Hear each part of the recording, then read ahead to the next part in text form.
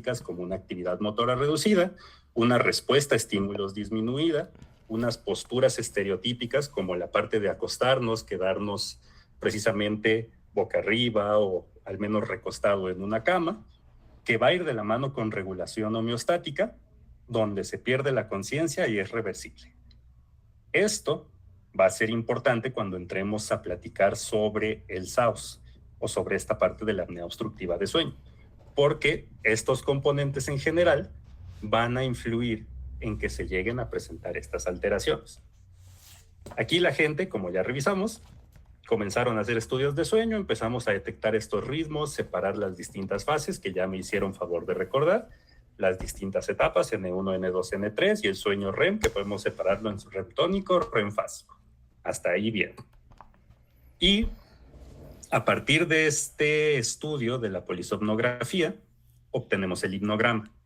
El hipnograma, tomamos esta representación de las distintas fases conforme las vamos calificando, se grafican de acuerdo al tiempo y entonces pues obtenemos esta imagen. Pueden ver aquí cómo se queda dormido, entra en N1, está un periodo de tiempo en N1, un periodo en N2, un poco en N3 y llega un poco más de profundidad en esta parte y así nos vamos hasta sueño REM. Ya, ahí tienen su hipnograma. Entonces, recordando un poco cómo se ve esta parte, vemos las distintas derivaciones aquí en lo que corresponde para estas, lo que viene siendo el electroencefalograma, movimientos oculares, electromiografía en mandíbula y pues etcétera, etcétera. A partir de ahí, tenemos el manual de calificación. Y con el manual de calificación, pues nos vamos nosotros apoyando para ir identificando los distintos grafoelementos en sueño. Toca hablar de la parte respiratoria, entonces tenemos que describir cierta terminología que van a estar encontrando ustedes de manera frecuente.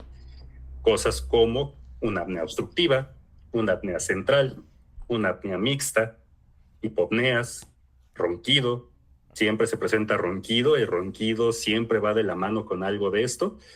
Bueno, no, ya, lo dejamos así. Y el esfuerzo respiratorio y demás.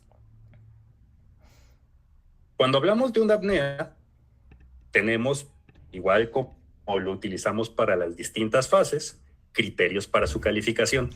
Entonces, para que nosotros califiquemos un evento como una apnea, tenemos que ver que haya una caída en la señal de donde nosotros estamos registrando el flujo respiratorio de al menos un 90% considerando el último evento y que esta duración debe mantenerse por al menos 10 segundos, mayor o igual a 10 segundos.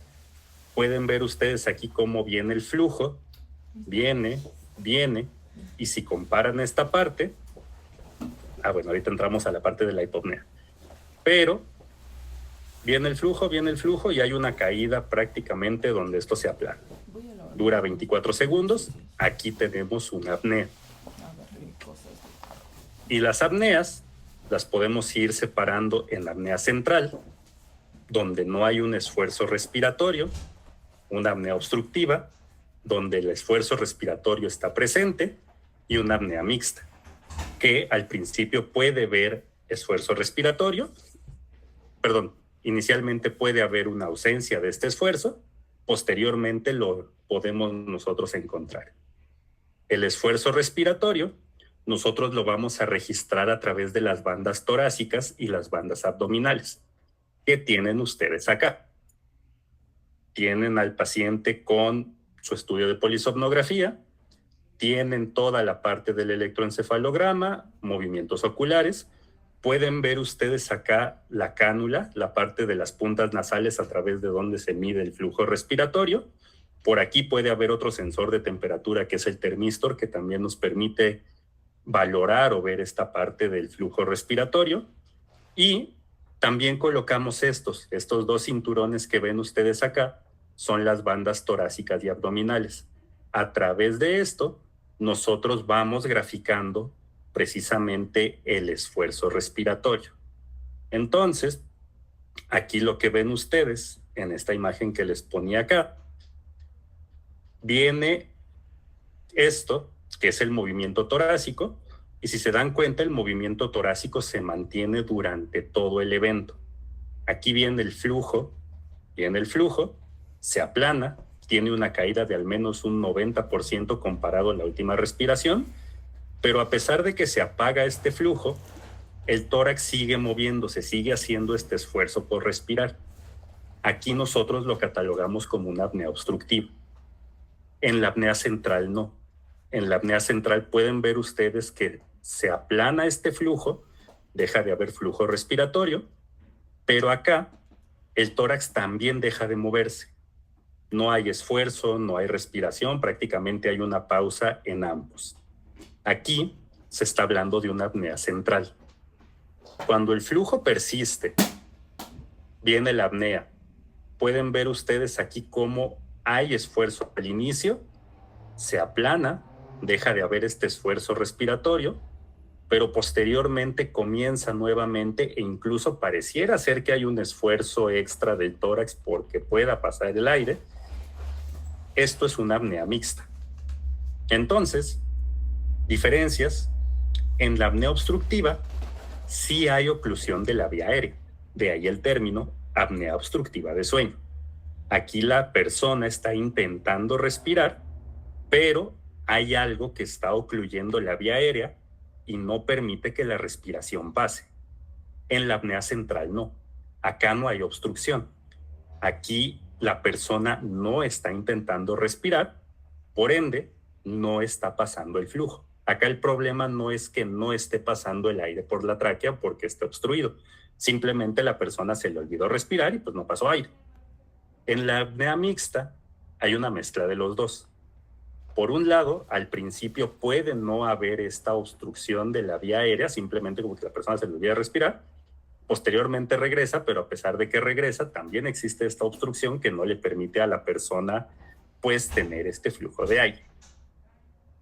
Estas son las diferencias entre una apnea obstructiva, la apnea central y la apnea mixta. Todo va a depender si hay o no esfuerzo respiratorio acompañante al momento de que la persona esté presentando el evento respiratorio. A ver, ¿alguien levantó la mano? Sí, en la mixta, entonces el esfuerzo puede ser en cualquier momento de la apnea o forzosamente tiene que ser al final. Habitualmente por el criterio, por lo que se maneja aquí lo puedes ver en el criterio 4, te lo califiques como una apnea mixta si tienes criterios para apnea, o sea que disminuye más del 90% en más de 10 segundos y que tiene esta ausencia de esfuerzo inspiratorio al inicio y posteriormente se resume al final de la segunda porción. Entonces, por criterios de calificación, sí. A veces no somos tan estrictos en la parte de la calificación, porque puede que en algún momento veamos como que viene y posteriormente presenta la parte o la ausencia de señal, ¿no? Ahí muchos de nosotros los calificaríamos como una apnea mixta, pero la parte o el criterio de calificación va de la mano con esto, con que sí tiene que ser primero la parte ausente, el esfuerzo respiratorio ausente, y posteriormente el esfuerzo respiratorio presente. Gracias. Bien, entonces continuamos. Ahí están las diferencias entre los distintos tipos de apneas. Para las hipopneas es distinto. Si hablamos de que una apnea necesita que baje la señal de un 90%, la hipopnea con un 30% se considera que está presente. Pero aparte que debe de haber esta disminución mayor o igual a un 30%, también dura 10 segundos, pero debe de ir de la mano con una desaturación de al menos un 3% o que haya un despertar asociado, que haya un despertar de la mano. Acá lo veíamos hace ratito. Pueden ver ustedes cómo viene el esfuerzo respiratorio. Comparado con esto, acá no se aplana del todo. Acá viene y todavía está viendo cierto paso, cierto flujo de aire. Es una obstrucción parcial, Aquí posteriormente pareciera ser que se aplana hasta el punto de llegar a una apnea. Probablemente hay gente que aquí les postularía o les hablaría que esta última parte es una apnea, pero pues bueno, acá nos hablan o nos platican que es una hipopnea completa. Vean este cese o esta disminución en el flujo y aquí ya cumple criterios para el flujo de aire, pero tendríamos que ver si existe esta desaturación de al menos un 3%, tiene 92 de saturación y bajó hasta 88, o que haya un despertar que se asocie a este momento. Así nosotros calificaríamos una hipopnea. Esto, obviamente, como ya platicamos, muchos de ustedes en la vida van a calificar estudios de sueño, simplemente es para conocer un poquito de lo que estamos hablando. Cuando hablamos de estos eventos, hablamos de sí, tiene apneas, tiene hipopneas, pero pues, ¿qué son estas cosas? Pues bueno, ya saben. En resumen, una apnea, descenso de más del 90% del flujo con 10 segundos o más de duración. La apnea obstructiva, la central, la mixta, va a ser definido o diferenciado por si hay esfuerzo respiratorio o no. Y la hipopnea, un descenso de al menos un 30% del flujo, mayor o igual a 10 segundos, con desaturación de 3% o con un despertar asociado. Punto. Son las cuestiones de importancia que nosotros tenemos que conocer o identificar en esta parte de lo que trabajamos cuando hablamos de apneas. Les preguntaba si esto es una apnea central o mixta. Entonces, Edgar, ya que a ti te pregunté, ¿qué tipo de apnea es? Aquí está la cánula, aquí está el esfuerzo respiratorio, aquí está el tórax, aquí está el abdomen. Obstructiva, porque sigue el tórax con los movimientos. Exactamente, esta es una apnea obstructiva, no es ni una apnea central ni una apnea mixta.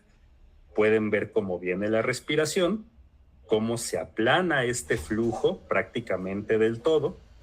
Pueden ver la duración, jeje, nada más para que se imaginen. Aproximadamente de aquí a aquí es una época de 30 segundos. Aproximadamente de acá a acá es una época, 1, 2, 3, 4. Esta apnea duró aproximadamente 2 minutos. Durante todo ese periodo de tiempo, pueden ver cómo se mantuvo el esfuerzo respiratorio. Y hay momentos donde aumenta y momentos donde disminuye. 2 minutos en apnea, pueden ver la saturación de oxígeno, cómo va bajando, cómo se va modificando esta parte. Y acá, ¿qué hace el paciente? Despierta. ¿Por qué? Porque me estoy ahogando. Entonces, vienen todas estas señales, el paciente se despierta, vean cómo regresa este esfuerzo respiratorio normal, pero se volvió a dormir. Entonces, una vez que se duerme, vean nuevamente acá, vuelve a presentar otra apnea. Y entonces, acá es 1, 2, 3, un poquito más. Aproximadamente estamos viendo una apnea acá de 1 minuto, como 1 minuto 30, casi los minuto 40.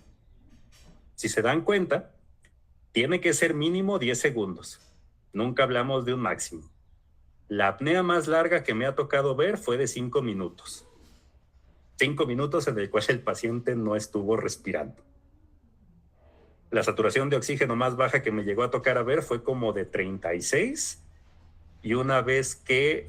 y así se mantenía en 36. 44, 36, 44, y así estuvo como por 1 hora más o menos, y cuando le pusimos el tratamiento bajó a 27.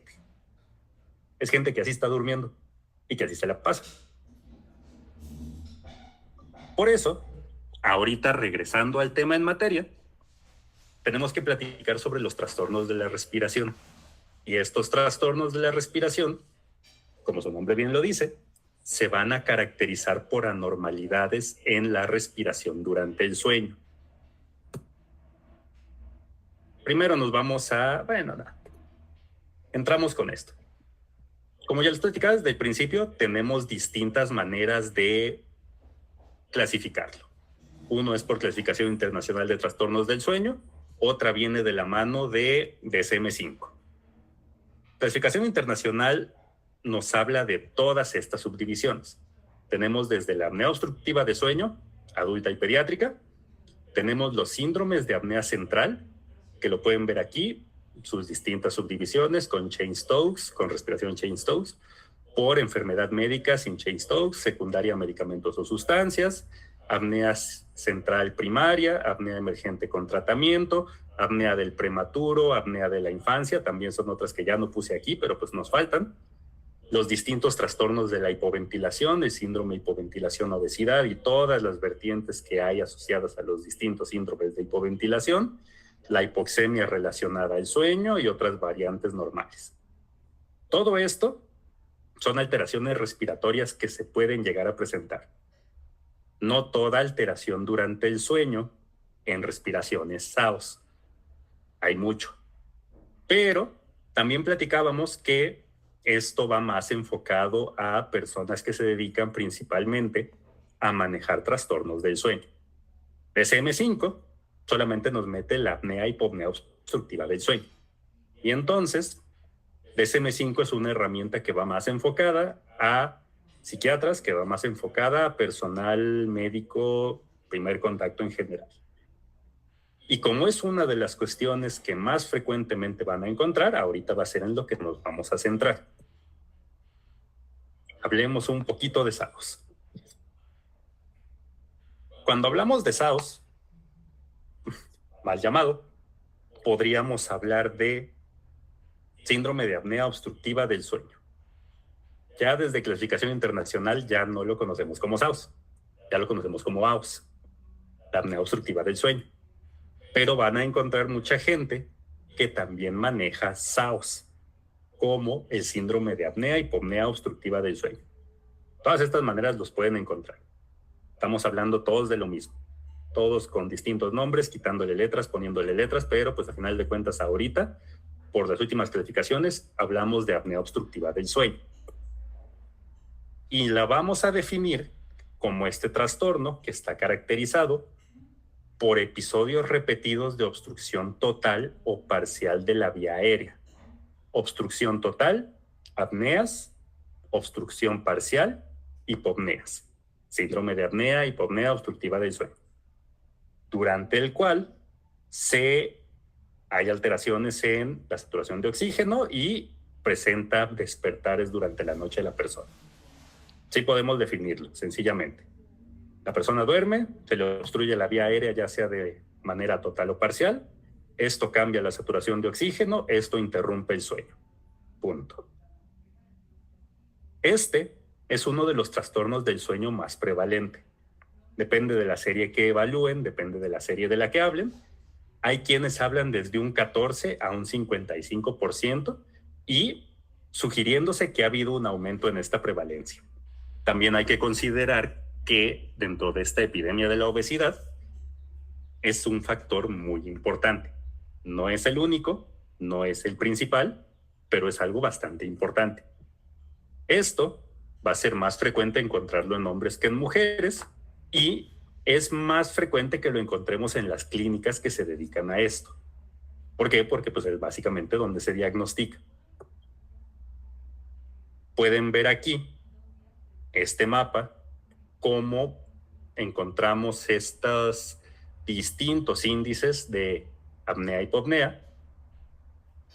Aquí pueden ver distintas prevalencias para estos índices de apnea y hipopnea. 13% en hombres, 6% en mujeres, y los estudios llegaron a presentar esta apnea y hipopnea mayor a 15.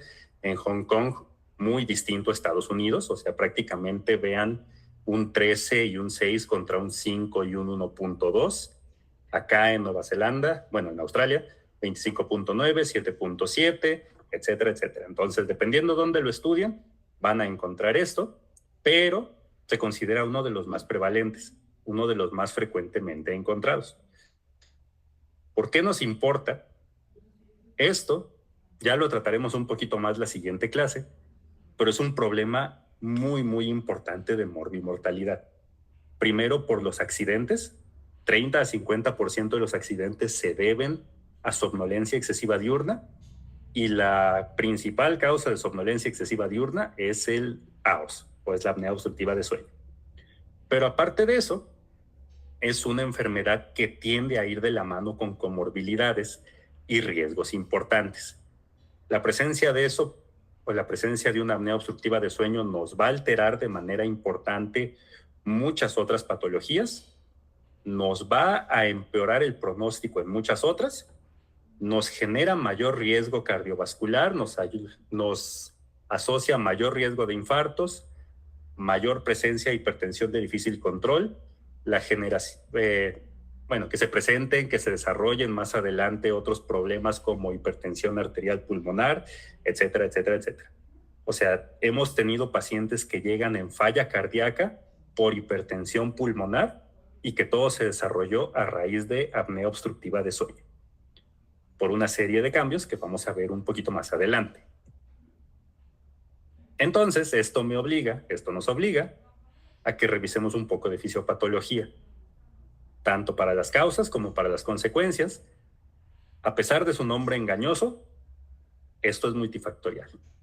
¿Por qué? Porque nosotros hablamos de apnea obstructiva de sueño. Entonces, ¿qué esperaríamos? Que el problema fuera anatómico, que el mayor problema que tengamos sea un problema anatómico. Y entonces aquí pueden ver ustedes una anatomía normal, cómo deberíamos encontrar todas nuestras estructuras de la vía aérea, tanto los huesos, el paladar, la lengua, la mandíbula, los distintos huesos, etcétera, etcétera, etcétera. Así debería de verse. Se han registrado múltiples alteraciones que favorecen a la presencia del SAOS. Desde malposición de los dientes, que estén fuera de su lugar, que estén mal acomodados, macroglosia, alteraciones a nivel de las adenoides, una úvula elongada, retrognatia, entre muchas otras alteraciones.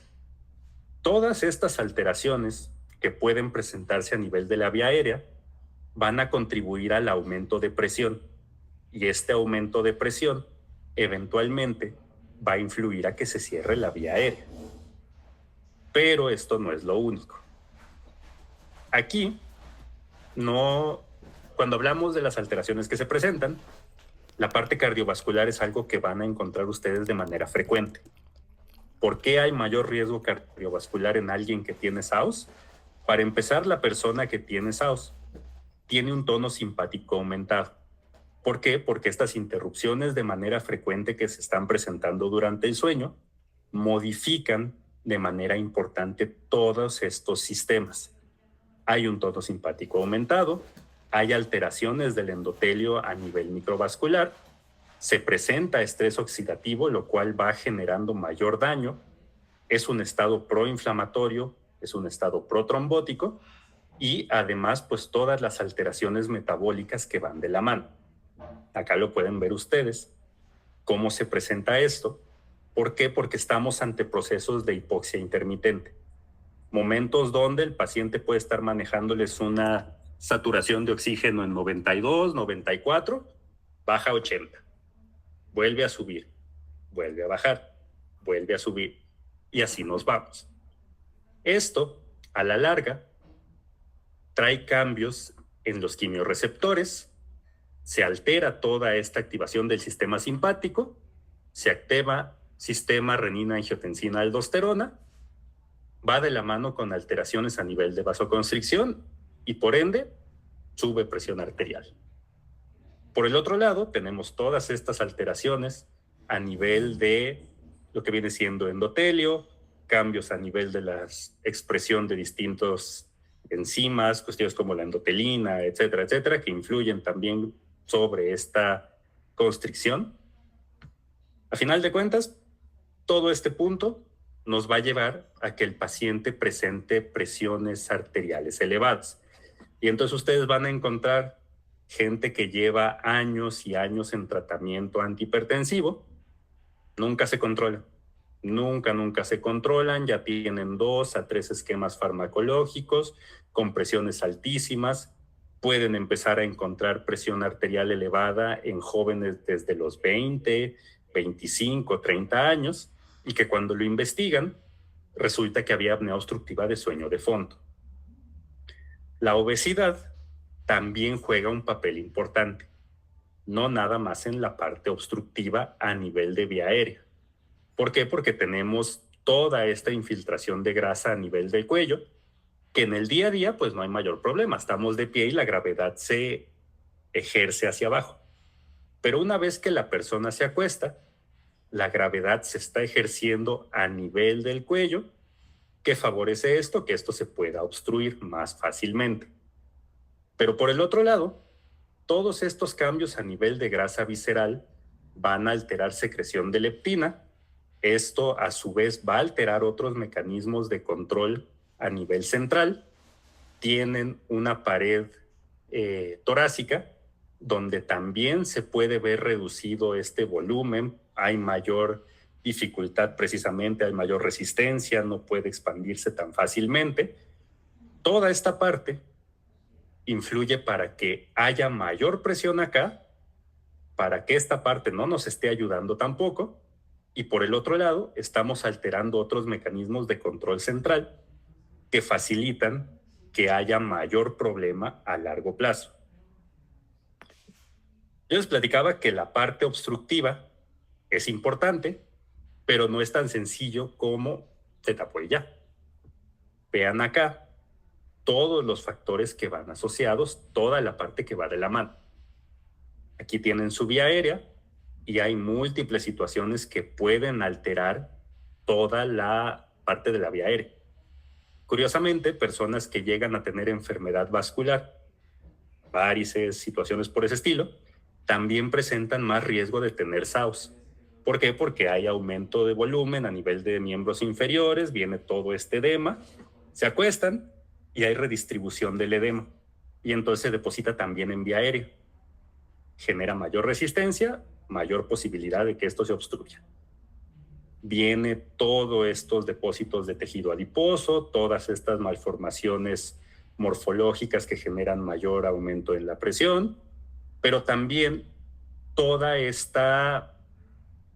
este sistema, todo este control central, al que ya no nos metimos dentro de la parte fisiológica, pues precisamente influye. ¿Por qué? Porque tenemos que mantener nosotros un tono muscular para que esto no se cierre, no se colapse. Necesitamos que esto se mantenga abierto.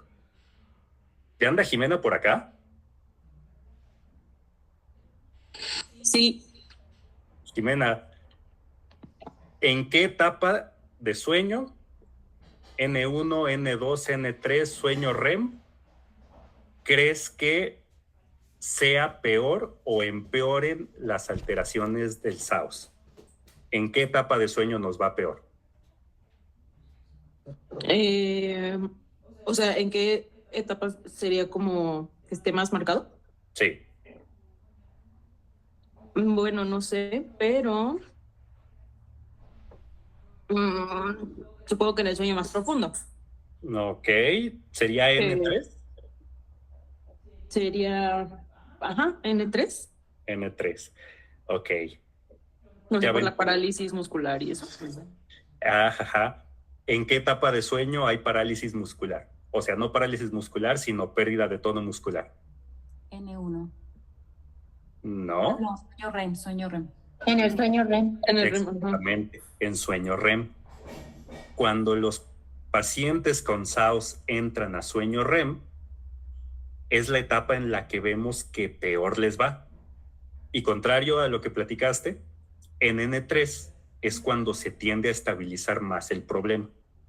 Cuando vemos un paciente con SAOS que entra a etapa de sueño N3, vemos que mejora un poco su esfuerzo respiratorio, vemos que la oxigenación se mantiene en parámetros un poco más adecuados, etcétera, etcétera. Pero estos pacientes entran en sueño REM y en sueño REM baja su saturación de manera importante y podemos ver que las apneas se modifican, precisamente porque existe esta pérdida de tono muscular generalizado y entonces todo este problema en general se exacerba. Luego vienen todas estas alteraciones que van de la mano con el estrés oxidativo a nivel de la hipoxia intermitente, cómo hay este aumento en especies reactivas de oxígeno, cómo esto a la larga nos va a llevar a mayor inflamación, mayor disfunción endotelial, mayor riesgo cardiovascular, etcétera, etcétera, etcétera. Entonces, muy mala cuestión que haya SAOS ahí presente. ¿Por qué? Porque no nada más es, no duermo y mi sueño no es reparador. Es no duermo, mi sueño no es reparador y aparte me estoy arriesgando, me estoy acercando a un montón de resultados adversos para la salud. Les voy a enseñar algo que me encanta, o sea, no les voy a mentir, el SAOS es una de mis patologías favoritas. Es algo súper, súper bonito de ver. Es terrible para quien lo vive, pero es algo muy, muy bonito cuando lo vemos. Porque yo les platicaba precisamente cómo se ve el hipnograma. Tienen el hipnograma, tienen la representación aquí de cómo debería verse el sueño de la persona, cómo debería de estar aquí esta parte. Aquí lo ven bonito, bien, con sus distintos ciclos de sueño presentados en el transcurso del tiempo y demás. Aquí tienen un hipnograma de un paciente con SAOS. Véanlo acá. Entra, duerme, está un rato en N1, entra N2, se despierta, entra N1, se despierta, dura un rato despierto, N1, entró N2, se despertó, N2 quiso entrar a N3, pero pues, volvió a despertar, se interrumpe, N2, casi nada en N3, entra y así se va. Así se va, y si se dan cuenta, vean cómo casi no está entrando a sueño REM. Este sueño está completamente fragmentado. Ustedes le preguntan al paciente y va a decir, me desperté una vez en la noche, 2 veces en la noche. 1, 2, 3, 4, 5, 6, 7, 8, 9, 10, 11, 12, 13. Todas las veces que se despertó, todas las veces que se interrumpió el sueño en el transcurso de la noche. Aquí está otro, más bonito, más amable. Está despierto, N1, N2, N1, N2, N1, N2, N1, N2, se despierta, N2, N1, N2, N1, entra REM, despierta y así se va. Vean de las 9 de la noche a las 2 de la mañana, perdón, a la 1 de la mañana aproximadamente. ¿Qué les gusta? Fue 3, 4 horas aproximadamente, nada de sueño profundo. Esto está tan interrumpido que no le permite al paciente entrar a sueño profundo. No hay N3. Y entonces el paciente les dice que duerme 12, 15, 10, 11 horas y no se siente descansado. ¿Por qué? Jamás entró a esta etapa de sueño reparador, porque todo el tiempo que estuvo dormido se estuvo ahogando. Cuando nosotros vemos una polisomnografía, habitualmente cuando se registra todo, así lo vemos nosotros en pantalla. Este es todo el gráfico de cómo se presentó en el transcurso de la noche, aquí hasta las 2, 3 de la mañana. Pueden ver aquí la saturación de oxígeno, la frecuencia cardíaca, a esto no le hagan caso ahorita, la etapa de sueño, a esto tampoco le hagan mucho caso ahorita. Vean acá, estas son las desaturaciones, aquí hay ronquido, y vean cómo viene, baja, despierta, N1, N2, entra un ratito N3, pero casi nada, se fragmenta, muy, muy poco sueño profundo. Estos sueños están completamente fragmentados. ¿Qué platicamos que era importante? Acá para este momento todavía no se calificaban todos los eventos respiratorios. Esto nada más era la parte de las alteraciones a nivel de sueño. Aquí pueden ver todas las desaturaciones que presentó. Todas las desaturaciones que marcó el sistema. Probablemente, por acá, veríamos bastantes apneas o hipopneas. Pero aquí lo importante o lo que les quiero mostrar es A lo mejor este sueño es adecuado en cantidad, pero vean la calidad de sueño que está teniendo la persona de manera constante todas las noches. Tan solo pensar en este paciente que les platiqué. Está teniendo cada noche aproximadamente saturaciones de oxígeno entre un 36 a 40% por noche. ¿Qué esperan ver en ese paciente? ¿Quiénes están en riesgo de presentar apnea obstructiva de sueño? Habitualmente el promedio de edad de que lo vemos es de 40 a 50 años, más en hombres, más en personas obesas y en aquellos que tienen una vía aérea estrecha. Aquí utilizamos nosotros la escala de Malampati para valorarlo. Malampati 3, Malampati 4, pues ya tendemos a ver mayor riesgo en este punto. Aquí lo ven ustedes. ¿Qué otras cuestiones podemos ver? La edad avanzada, los hombres, obesidad, la vía aérea, los que fuman, todas aquellas condiciones o situaciones que me pueden dar alteraciones como congestión nasal, el distinto o los usos de otros medicamentos como el alcohol, la benzodiazepina, los narcóticos.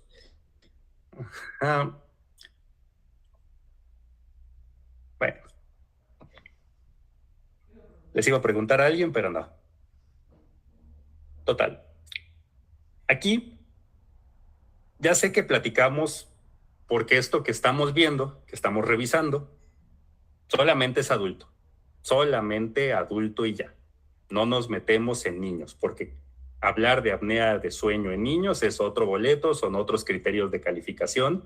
Las apneas en niños no tienen que cumplir este criterio de los 10 segundos a fuerzas, no se clasifica la severidad de la misma manera, pero la parte de los respiradores orales es algo bien importante, es algo que si pueden y sobre todo los que les gusta Paido, sobre todo los que están pensando en atender niños, es algo que es bien importante que revisen. Tenemos personas que dentro de su formación son respiradores nasales. Quiero que vean cómo está su anatomía. El puente, la mandíbula, la postura, toda esta parte. ¿Por qué? Porque para que se desarrollen los huesos de manera adecuada, tiene que haber un proceso respiratorio adecuado. Entonces, si no respiramos bien, todo este aparato no se desarrolla bien. ¿Qué pasa con los respiradores orales? Vean cómo les cambia completamente la morfología. Y entonces vemos retrognatia, vemos cómo todos los pómulos no están bien definidos, vemos esta postura donde la persona se hace hacia adelante, comparado con esta persona que tiende a tener los labios cerrados. Son estas personas que ustedes ven que siempre mantienen la boca abierta, estén haciendo lo que estén haciendo, las alteraciones a nivel de la nariz, los ojos que tienden a tener ojeras frecuentemente, y hagan la comparación entre uno y otro. Esto es bien importante, porque si esto se detecta desde la infancia y la persona tiene la oportunidad de corregirlo, le cambian la vida. Vean aquí al niño. Este niño es un respirador oral. Vean la mandíbula, vean esta parte de cómo mantiene la boca, la nariz, los ojitos, etc. ¿Dónde está el problema? Dental. Este niño necesita tratamiento dental. Le dan tratamiento, corrigen esto y vean la diferencia. Vean cómo le cambia completamente la cara. La doctora Musme, que es una odontóloga de sueño, tiene una clase preciosa de esta parte.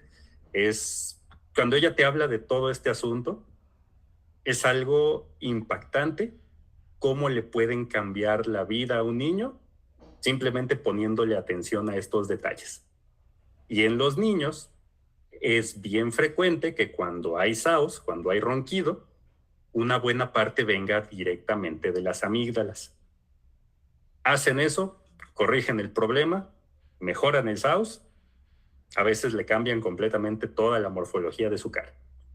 Entonces, todo niño que ustedes vean, todo aquel de ustedes que tenga contacto, vaya a manejar niños y todo, revísenles la boca, véanles la boca para ver cómo está. Síntomas del SAOS. El SAOS, como el insomnio, se va a caracterizar por síntomas nocturnos y síntomas diurnos. Los nocturnos, el ronquido, las apneas, la sensación de ahogamiento, la nicturia y la inquietud para dormir. Muchas veces, el que les va a brindar mucha información del SAOS, más que el paciente, va a ser la familia. Aquellas personas que es de, ay, es que ronca terrible, ronca como un camión, no me deja dormir. Hay esposas, hay esposos, hay familia que a veces no duermen por estarlos observando porque se asustan, porque la persona deja de respirar. Y entonces ahí están contándole el tiempo que dura hasta que vuelve a respirar. Hay otros que les van a decir, sí, que cree que me despertó un ronquido o sentí que me ahogaba. Desperté como que no podía respirar. Esa persona probablemente está haciendo apneas. Hablamos de estas alteraciones que se llegan a presentar y una de ellas tiene que ver con el péptido natriurético auricular. Todos estos cambios favorecen que haya liberación de péptido natriurético auricular, esta interrupción de sueño, los cambios en frecuencia cardíaca, esta fragmentación que se presenta influye sobre la liberación de péptido natriurético auricular y entonces la persona se tiene que levantar a orinar en las noches. Tan solo el hecho de saber que a alguien le está pasando eso puede ser un signo indirecto de que está teniendo un problema respiratorio al dormir. Y aparte, las personas no nada más no respiran, sino que tienden a ser muy inquietas. Y a veces puede llegar a confundirse con trastorno conductual del sueño-humor, porque se está ahogando y manotea. Manotea, pega, como que se ahoga, y entonces la persona eso lo reporta. Entonces tienen que estar muy, muy atentos a este tipo de situaciones. Toda la parte diurna va de la mano con la somnolencia, la fatiga, la dificultad para poder concentrarse, la irritabilidad, la ansiedad, todo lo que ya saben que pasa cuando no dormimos bien. Pero esto no se queda ahí. Hay todavía más en este punto: sudoración mientras se duerme, la enuresis, parasomnias. Ya cuando entremos a parasomnias vamos a platicar sobre cómo toda esta fragmentación de sueño de manera constante favorece a que se presenten otros fenómenos de sueño. Los síntomas diurnos, la fatiga, hay quien despierta con cefalea, despierta y ya desde la mañana ya tiene dolor desde que despertó. Puede que ya haya estos problemas de respiración durante el sueño. La hipersomnia es algo que se puede presentar, pero que no está en todos los pacientes. No esperen ver que alguien se esté quedando dormido todo el tiempo para decir tiene SAOS, porque hay muchos que no. Y hay muchos que aprenden a subestimar su hipersomnia. Y aquí importante, muchos de estos síntomas se pueden llegar a confundir con TDA. Hiperactividad, déficit de atención, agresividad. Todos estos síntomas en general también pueden ser síntomas secundarios, alteraciones de sueño. Entonces hay que evaluar muy bien sueño cuando estén teniendo sospecha de que pueden estar ante un paciente con trastorno por déficit de atención. Tenemos distintas herramientas para apoyarnos. Una de ellas es la escala de somnolencia diurna de Epworth. Es una escala sencilla, es una escala de, ya ven ustedes aquí, aproximadamente 8 ítems, donde la persona les va a calificar la posibilidad que tienen de quedarse dormidos realizando actividades cualquiera. Ya existe validación al español, ya tenemos una escala validada al español en este punto, calificado a español latino, porque hay unas que son en español de España, donde pues precisamente les va a ir marcando. Más de 10, ya hay posibilidad de somnolencia excesiva, pero esto simplemente les va a decir que el paciente está teniendo somnolencia excesiva. No más, no les va a brindar diagnóstico de SAOS, no les va a dar ninguna otra cuestión, simplemente es decir, mi paciente que tengo, pues sí, tiene alta posibilidad de estarse quedando dormido durante el día. Tenemos otras escalas, como la escala Stop-Bang. Y la escala Stop-Bang lo que nos ayuda es darnos un puntaje a través del cual podemos sospechar y clasificar al paciente por su riesgo de que pueda llegar a tener apnea obstructiva de sueño.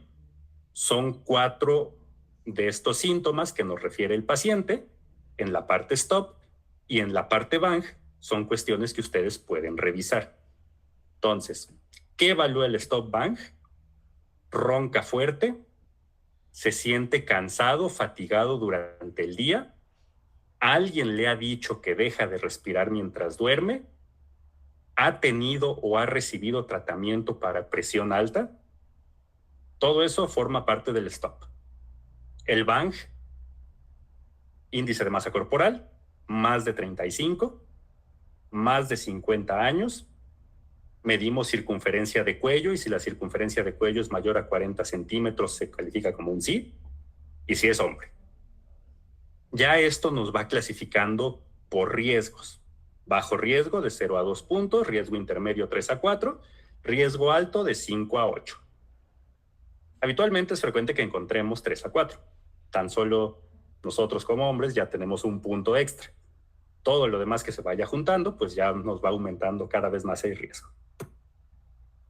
El diagnóstico, necesitamos a fuerzas evidencia. No podemos hacer diagnóstico de SAOS por clínica. Si se dan cuenta, tanto DSM-5 como Clasificación Internacional de Trastornos de Sueño nos pide que haya alteraciones en la polisomnografía de 5 al menos apneas obstructivas, y que haya estas alteraciones o que llegue a presentar 15 o más apneas, tenga o no síntomas. Entonces, o tiene 5 más y síntomas, o ya tiene de 15 hacia arriba. Punto. Pero tienen que tener el estudio. No le pueden tener toda la sospecha, tienen todo de su parte para decir, es que yo casi estoy seguro que este hombre tiene SAOS, pero si no tenemos la evidencia, no se puede hacer el diagnóstico. Dependiendo del número de apneas que se presenten por hora, lo vamos a ir clasificando por su severidad.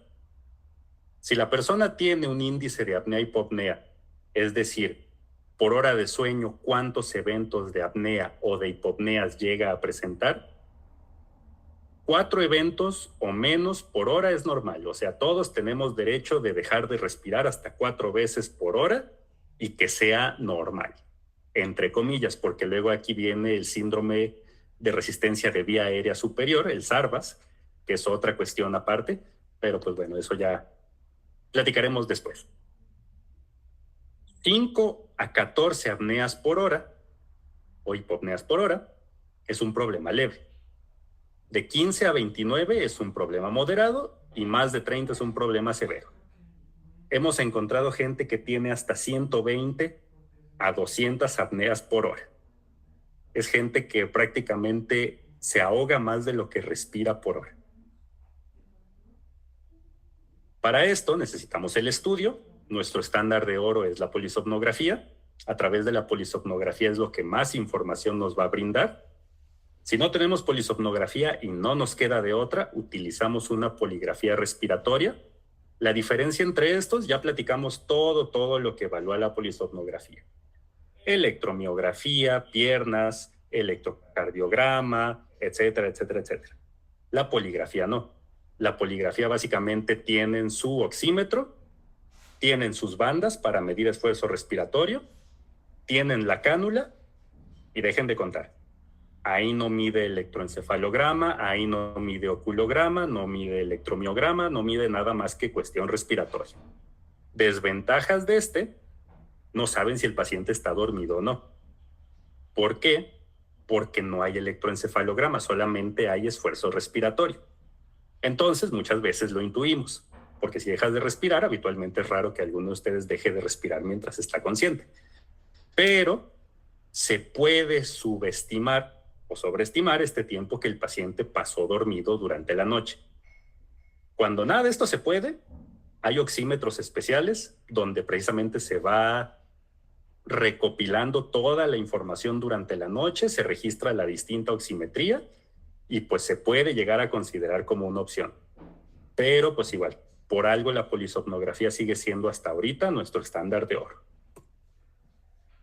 Esto pues ya lo revisamos, ya vimos esto durante el transcurso de la clase, los distintos parámetros que mide la polisomnografía, el electroencefalograma, el electromiograma, el oculograma, todo el flujo, la saturación, etc. Y como en la apnea obstructiva del sueño, vienen los eventos, se presenta el despertar, como me despierto, me activo, hay cambios a nivel muscular, hay cambios a nivel ocular, se modifica este esfuerzo respiratorio, puede llegar a aumentar o a mantenerse igual, cambios sobre la saturación de oxígeno, y pues aquí podemos ver que es algo obstructivo, que es una apnea obstructiva. ¿Por qué? Porque mantiene el esfuerzo torácico. Punto. Acá nos vamos a quedar, porque ya son 5:53 y todavía nos falta. Todavía nos falta una buena parte de SAOS. Estuve reflexionando un poquito, porque la siguiente clase iba a ser todo lo correspondiente a otros trastornos respiratorios durante el sueño. No me parece a lo mejor tan prudente meterme con ustedes a toda esa parte, entonces vamos a terminar SAOS, vamos a hablar un poquito de comorbilidad con otros trastornos psiquiátricos, cómo puede llegar a afectar en pacientes con depresión, con ansiedad, etcétera, etcétera, etcétera, todo ese punto. Vamos a hablar de comisa, de esta comorbilidad de insomnio, apnea obstructiva de sueño y la parte de tratamiento. Punto. Con eso vamos a cerrar alteraciones respiratorias. Ya si más adelante se ofrece, podemos ver un poco más, pero pues hasta ahí nos vamos a quedar con lo respiratorio durante el sueño. Hasta aquí. ¿Dudas? Miriam. Sí, hola. Yo tengo dos dudas. La primera es sobre el ronquido primario, porque pues también había estado leyendo que también existe el ronquido primario, pero hasta donde tengo entendido no tiene como todas las características de una apnea. Así es. Y bueno, o sea, en este caso sí sería, o también causaría alteraciones, igual que por ejemplo una apnea, o no causaría alteraciones o no serían tan graves. Y mi segunda pregunta es acerca, por ejemplo, bueno, ahorita que nos pusiste los datos cómo se ve el hipnograma, me entró la duda, ¿no? De que yo, por ejemplo, llevo mi registro de sueño con el reloj, y ahorita, bueno, actualmente pues hay muchos relojes que tienen esta opción, ¿no? De hacer el registro como del sueño, ¿no? Incluso te dice así como de si tuviste tanto tiempo en cada fase o no, y esto pues si es confiable o no es confiable lo que nos dice pues el reloj. Sí, mira, sobre esa parte, el primer punto, el ronquido primario lo consideran una variante normal. Algo que nos lleva a muchos pacientes a consulta, y es algo muy frecuente, es que llegue el paciente así de, ¿por qué viene